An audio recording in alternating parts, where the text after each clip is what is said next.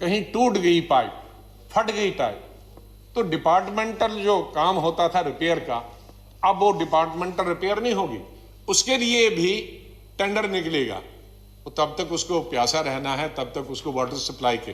तो अगर डिपार्टमेंट होला था तो उसी रातों रात उसको दूसरी पाइप लगाता, जोड़ देता, नहीं, उसके लिए भी अब क्या कहते हैं, टेंडर निकलेगा।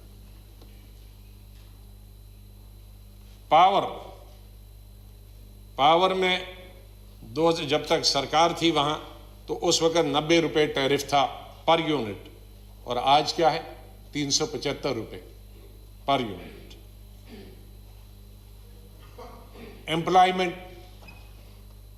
एम्प्लॉयमेंट तो भयंकर बढ़ गई है, क्योंकि जैसे मैंने कहा कि एम्प्लॉयमेंट बढ़ने के क्या रीजन, 3-4 रीजन। कश्मीर का अलग रीजन है, जम्मू का अलग रीजन है। कश्मीर का अलग रीजन है कि 5 अगस्त जब स्टेट को यूनियन टेरिटरी बनाया गया और उसके बाद कई महीनों तक पूरा स्टेट जम्मू कश्मीर बंद रहा, एक तरीके की कर्फ्यू की स्थिति रही। उसके बाद कोविड आया, तो नतीजा यह हुआ कि टूरिज्म शून्य के बराबर हुआ। नतीजा ये हुआ कि हैंडीक्राफ्ट शून्य के बराबर हुआ। दूसरे डेवलपमेंटल वर्क्स वो जम्मू में भी बंद हो गए, कश्मीर में भी बंद हो गए। School, colleges, universities, educational institutes बंद रहे, और जो प्राइवेट स्कूल्स थे उसमें भी जिन टीचरों को तनख्वाह मिलती थी वो भी बंद हो गई। तो जो एम्प्लॉयड थे वो भी और अनएम्प्लॉयड हो गए। तो जो अनएम्प्लॉयमेंट होती है, सरकारी एम्प्लॉयमेंट, वो तो बंद हुई, लेकिन जो दूसरा तिजारत के जरिए पैसा मिलता था लोगों को तिजारत करने से, वो भी नहीं मिल रहा। तो अभी इस वक्त अनएम्प्लॉयमेंट हर लेवल पे कई गुना बढ़ गई। सरकार अगर होती, वहां इलेक्टेड गवर्नमेंट होती है, तो समाधान कुछ हद तक होता। मंत्री कम होते हैं लेकिन एमएलएज होते हैं। क्यों हम पूरे देश में यूटीज नहीं बनाते हैं, क्यों इलेक्टेड गवर्नमेंट रखते हैं? सर, मैं किसी ऑफिसर के खिलाफ, किसी लेफ्टिनेंट गवर्नर के खिलाफ नहीं हूं, लेकिन माननीय गृह मंत्री जी ये मानेंगे कि जो रिस्पॉन्सिबिलिटी एक इलेक्टेड रिप्रेजेंटेटिव की होती है वो एक मुलाजिम की नहीं होती।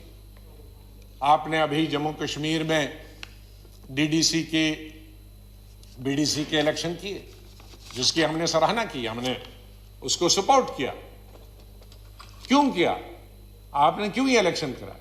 क्योंकि इलेक्टेड रिप्रेजेंटेटिव्स उस लेवल पे भी हो, ब्लॉक लेवल पे भी हो, डिस्ट्रिक्ट लेवल पे भी हो, छोटी छोटी कॉन्स्टिट्यूंसीज में हो, वो डेवलपमेंट करे।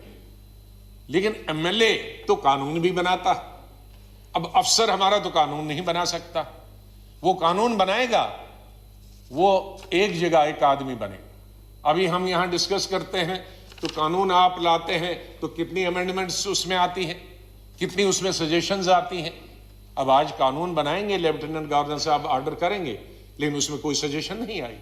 वो एक आदमी का, जो चीफ सेक्रेटरी का दिमाग होगा या किसी ऑफिसर का दिमाग होगा, वो एक आदमी की सजेशन होगी। उसका इंपैक्ट देहात में क्या होगा, उसका इंपैक्ट जम्मू में क्या होगा, उसका इंपैक्ट लद्दाख में क्या होगा, उसका इंपैक्ट किसानों पे क्या होगा, मजदूरों पे होगा, वो नहीं सोचेगा। वो तो दफ्तर में बैठ के बनाएगा।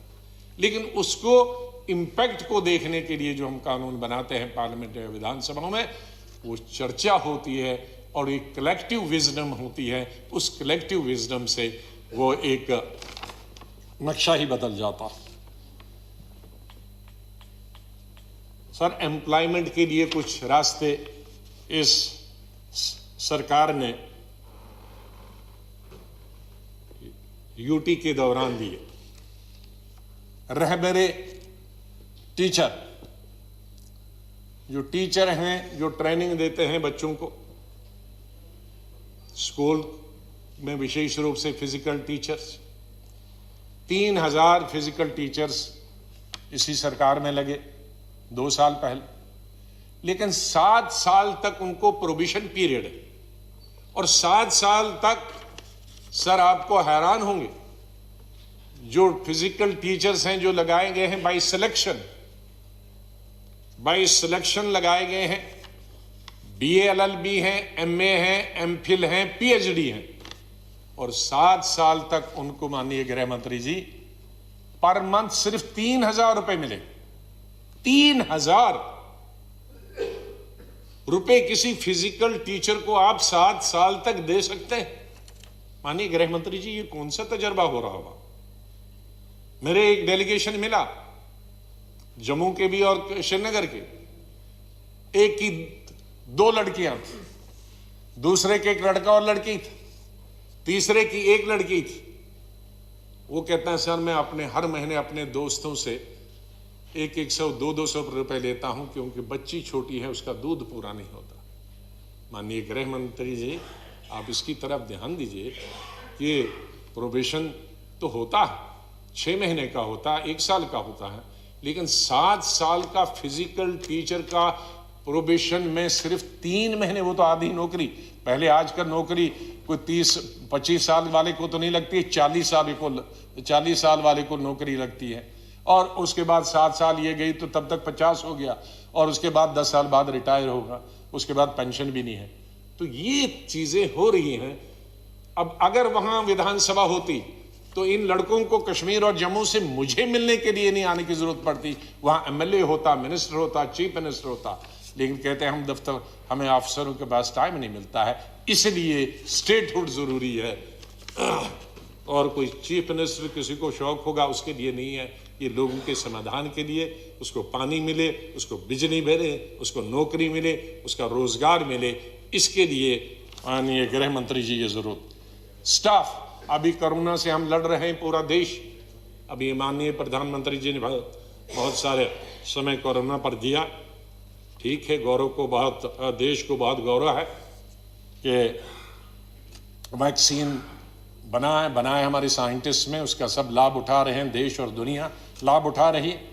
लेकिन ऐसे वक्त में भी जब कोरोना से जैसी बीमारी से हम जूझ रहे हैं, हॉस्पिटल में स्टाफ नहीं है। ये भी MLA अगर होता और मंत्री होता तो कई मीटिंगें होती और तुरंत स्टाफ लगाया होता। ट्रेंड लोगों की कमी नहीं है, स्पेशलिस्ट ट्रेंड है, MBBS लड़के और लड़कियां अनएम्प्लॉयड है, मेडिकल असिस्टेंट्स अनएम्प्लॉयड है। माननीय डिप्टी चेयरमैन साहब, हमारे कोई 2,500 के करीब मेडिकल असिस्टेंट और फार्मासिस्ट हैं जो सरकारी नौकरी में, लेकिन 15,000 और लड़के और लड़कियां ट्रेनिंग करके, मेडिकल असिस्टेंट की और फार्मासिस्ट की ट्रेनिंग करके बैठे हुए हैं, लेकिन उनकी स्टेट फार्मेसी जो एक्ट है उसको रजिस्टर नहीं करता।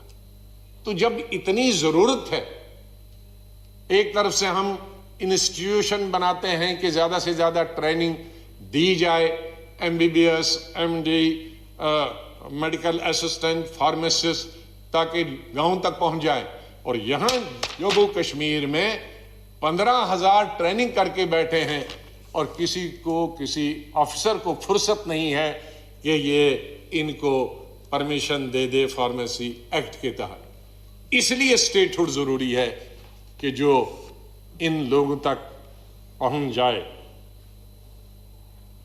अनएम्प्लॉयमेंट जो है पहले से है सर, क्यों हम आर्टिकल 370 में ज्यादा कुछ नहीं बचा था। आर्टिकल 370 में 2 ही चीजें बची थी।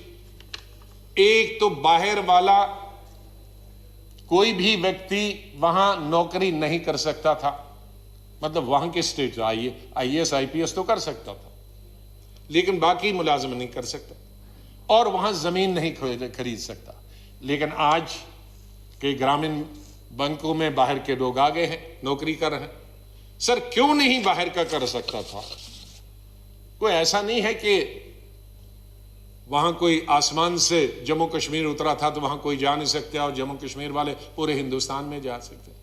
सर ये आज के जमाने नहीं थे, महाराजा हरि सिंह के जमाने से था, 1925 आजादी से कई साल पहले। उसका कारण है, मैं कह चुका हूं इस सदन में, कि जम्मू कश्मीर में या तो पहाड़ है या फॉरेस्ट, जमीन न होने के बारे में, न होने के बराबर है। मेरे बहुत सारे साथी जब यूटी बनी पार्लियामेंट के अंदर, उन्होंने कहा कि हम जमीन वहां खरीदेंगे, बहुत सस्ती होगी। मैंने कहा मैं तो नहीं खरीद पाया, आप खरीदो। मैंने कहा ये गलत फहमी है आपको कि वहां जमीन सिर्फ कश्मीर, जम्मू कश्मीर वाले खरीद सकते हैं, तो आप एकड़ों की जमीन से। मैंने कहा जम्मू शहर में और श्रीनगर शहर में आपको मालूम है जमीन एकड़ पर एकड़ क्या है? कहा नहीं होगी 30-40 लाख। मैंने कहा 30-40 नहीं, 40-50 करोड़, 40-50 करोड़ की 1 एकड़ जमीन आपको जम्मू शहर या श्रीनगर शहर में मिलेगी, क्योंकि जमीन नहीं है। हमारी सब जमीन फॉरेस्ट और पहाड़ है, तो थोड़ी सी जमीन है। तो महाराजा हरि सिंह ने उसको इसलिए नहीं रखा था कि जमीन ही नहीं है, तो अगर ये जमीन कोई बाहर वाला ले जाएगा तो ये कहां जाएंगे, ये क्या खाएंगे। इसी तरह से नौकरी क्यों बाहर वाला ये प्रोविजन रखा गया था कि नहीं जाएगा, क्योंकि हिंदुस्तान का आखिरी हिस्सा जहां हिंदुस्तान खत्म होता या हिंदुस्तान जहां से शुरू होता, एक तरफ फिर पाकिस्तान है, एक तरफ से चीन है। तो इतना दूर जहां रेल की अभी कश्मीर तक सुविधा नहीं है पहुंचने की, गाड़ियों में जो माल जाता है तो सबसे महंगा बना हुआ गुजरात से जाएगा, तमिलनाडु से जाएगा, बंबई से जाएगा। ट्रेन जहां तक है वहां तक तो ठीक है भाड़ा में, वहां से ट्रकों में जाना है, तो इसलिए महंगा डबल हो जाता है। वहां कोई उद्योग नहीं बना, अनसर्टेनिटी की वजह से। दुर्भाग्य है कोई बड़ा उद्योग नहीं है। ये छोटे छोटे उद्योग जो मैंने ये 12,000 गिने, ये 12,000 उद्योग सर ये एंसिलरी होंगी किसी एक उद्योग के, गुजरात के या बंबई वाले के, जिनमें बेचारे 10-12 लोग काम करते हैं। ये छोटे छोटे उद्योग, इन्हीं पे हम गुजारा करते हैं। बड़ा उद्योग नहीं। जब बड़ा उद्योग नहीं है तो नौकरी नहीं है। तो इसलिए वहां जो एम्प्लॉयमेंट है वो एक उद्योग के तौर पे काम करते हैं। वहां कोई उद्योग नहीं है तो यही एक उद्योग। अगर उद्योग नहीं होता तो एमफिल पढ़ा हुआ लड़का कश्मीर का और जम्मू का, पीएचडी करा हुआ लड़का जिसके 2 बच्चे हो, 3,000 लड़के, ये 3-3 हजार रुपए पे 7 साल काम करते नहीं करते। तो इसलिए मेरा निवेदन है माननीय गृह मंत्री जी से कि जम्मू कश्मीर। माननीय लोग इस समय पहले खत्म हो चुका है। समय बहुत पहले खत्म। मैं 2-3 मिनट में खत्म। मैं आपसे यही निवेदन करूंगा कि जम्मू कश्मीर में जितना जल्दी आप स्टेटहुड देंगे और उसके बाद इलेक्शन करें। स्टेटहुड से पहले इलेक्शन करेंगे तो फिर मामला खराब होगा। मैं अलग से वो आपको बात करूंगा किसी वक्त बैठ के, उसके नेगेटिव पॉजिटिव क्या नतीजे निकलेंगे। यहाँ वो नेगेटिव चीज़ें मैं यहाँ नहीं कहना चाहता हूँ, अच्छा भी नहीं है, लेकिन पॉजिटिव रहेगा।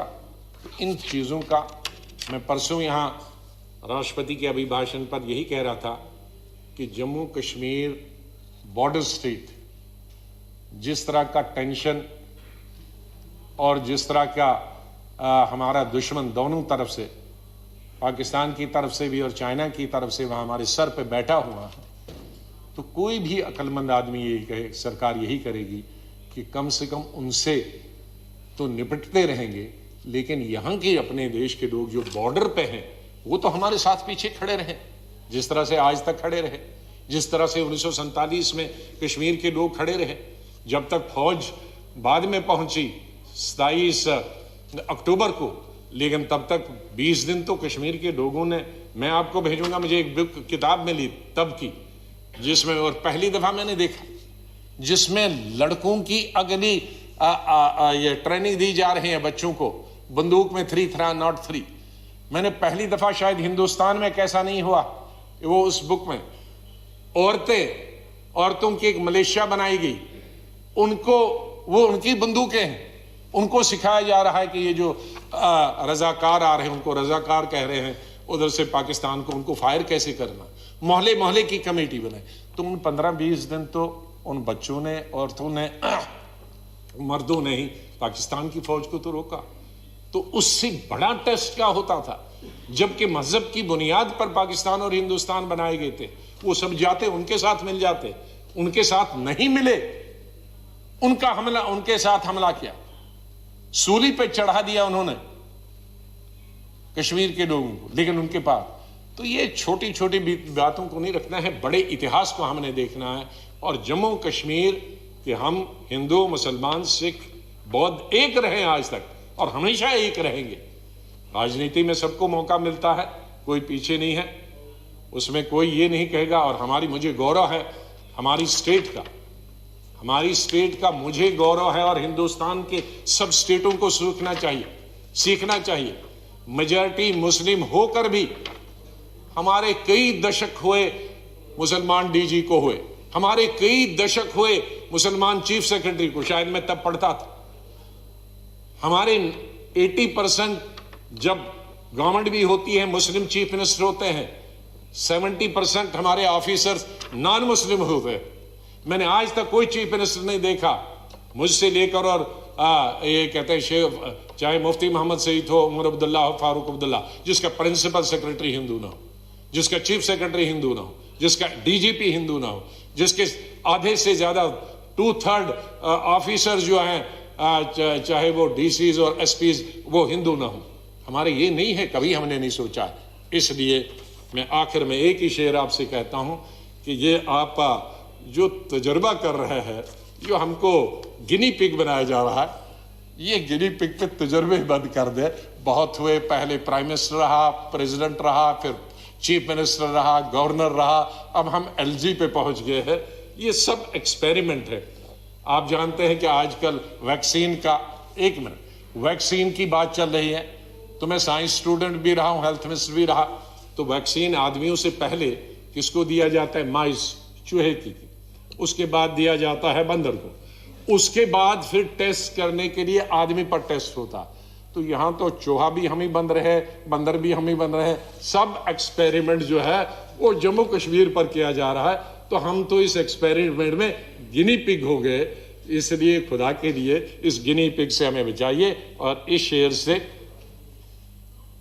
एक रात से, ये गृह मंत्री जी के लिए शेर, एक रात से, अब रात नहीं है, अब शायर ने बताया है रात, तो उसका कोई दूसरा किस्सा होगा रात वाला। शायर तो आप जानते हैं, लेकिन यहां तो दिन में हुआ था, माननीय गृह मंत्री जी ने कहा था। लेकिन शेर जो है वो समझ जाएंगे गृह मंत्री जी। एक रात से आपने उम्मीदों पे क्या रखा है? एक रात से, जब आपने कहा था स्टेट बनेगी, उसके बारे में बताता हूं। एक रात से आपने उम्मीदों पे क्या रखा है? हमने आज तक चिरागों को जला रखा है। कि हम तब से उम्मीद लगा के बैठे हैं कि कब आएगी, अभी आएगी, अभी आएगी। तो इसलिए अगला जो सेशन है उसमें मैं नहीं होगा भाषण करने के लिए। उसमें हमारी तरफ से आपको ये बहुत बड़ी गिफ्ट होगी कि अगले सेशन में ऐसे जो बजट का अगला सत्र है उसमें आप स्टेटहुड का, जम्मू कश्मीर का बिल लाएं और हमारी तमाम हमारा समाधान होगा और हमारी तमाम मुश्किलात दूर हो जाएंगी। बहुत बहुत धन्यवाद आपका गृह मंत्री जी। धन्यवाद माननीय लोकी। श्री दुष्यंत गौतम जी, माननीय दुष्यंत गौतम जी। सर, लोकसभा से प्लीज। आदरणीय